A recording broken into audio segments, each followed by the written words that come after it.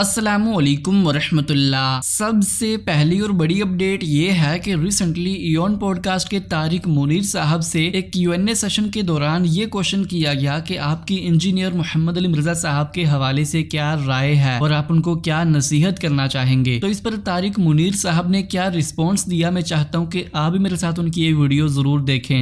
What do you think about engineer Mohammad Ali Mirza? Any advice for him from Mr. Tariq? Allah अकबर। Engineer Mohammad Ali Mirza एक बहुत अच्छे इंसान, आलमी दीन स्कॉलर हैं, उन्होंने मेहनत की हुई है और जेलम में अपनी एकेडमी में बैठ के वो लेक्चर्स देते हैं, लोग वहाँ भी इकट्ठे होते हैं उनको सुनने के लिए। और दो बातें उनकी बहुत अच्छी हैं जो मुझे बहुत मेरे दिल को लगी हैं। एक, उनकी जो दीन की तबलीग और तालीम वो करते हैं उसके अंदर पैसे का कोई अमल दखल नहीं, कोई नजर न्याज, कोई चढ़ावा, कोई चीज नहीं है जो आप उनको दे सके। एक सस्ता 600, 800, 1200 रुपए वाला सूट तक नहीं आप उनको दे सके, ना वो लेना गवारा कर। क्योंकि जितने लोग उनकी एकेडमी में जाते हैं उनके लेक्चर सुनने के लिए, उनको चाय और समोसे वो अपने पल्ले से ही पिला के रुखसत कर रहे हो। दूसरी ये चीज है कि उनकी जितनी बातें हैं, जितने उनके लेक्चर्स हैं, जितनी उनकी तालीमात मैंने सुनी है, कहीं पर भी उसमें फिर कवारियत की बात नहीं आ रही। वो इन चीजों से अबव है। वो कुरान की और हदीस की इंटरप्रिटेशन वही देते हैं जो है, क्योंकि जब कुरान पाक नाजिल हुआ और रसूल पाक का जो दौर था उसके अंदर तो कहीं फिर कवारियत तो थी ही नहीं, को फिरके तो थे ही नहीं, ये तो बात की इख्तराएं हैं ना जिसके ऊपर हम चलते हैं, तो वो उससे अबव लेके चलते हैं। और दूसरी चीज है कि एक सबसे बड़ी जो अच्छी बात है कि जो यंगर लॉट है, जो यूथ है, वो बड़ा उनको पसंद करती है और बड़ी उनकी फॉलोइंग है, बहुत अच्छा काम कर रहे हैं। अभी आप कहेंगे कि मेरी क्या एडवाइस है उनको, मेरी एडवाइस उनको यही है कि अपनी सेहत का ख्याल रखें, अपनी जान का ख्याल रखें, और दूसरा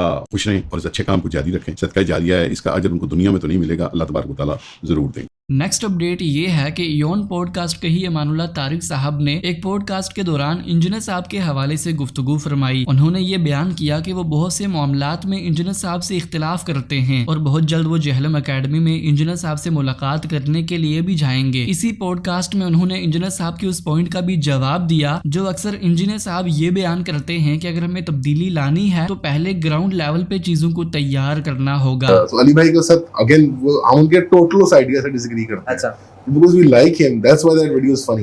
मतलब आपको लगता है कि बिल में he's wrong, completely wrong.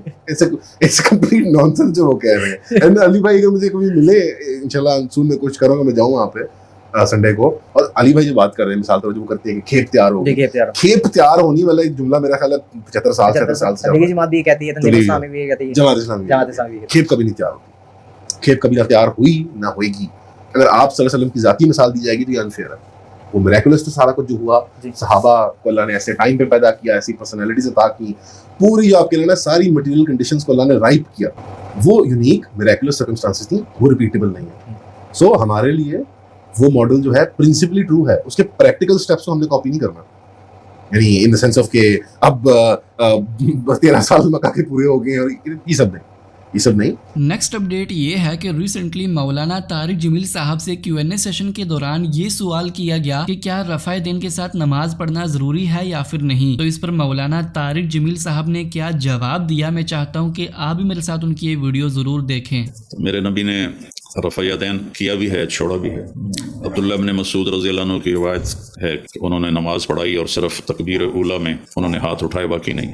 इब्न उमर रज़ियल्लाहु अन्हु की रिवायत है, अबू हुमैद साइदी की रिवायत है कि उन्होंने रफ़ा-ए-दैन किया सारी नमाज में। तो लिहाजा इसमें ज़्यादा नहीं पढ़ना चाहिए, ये मुस्तहब चीज़ है।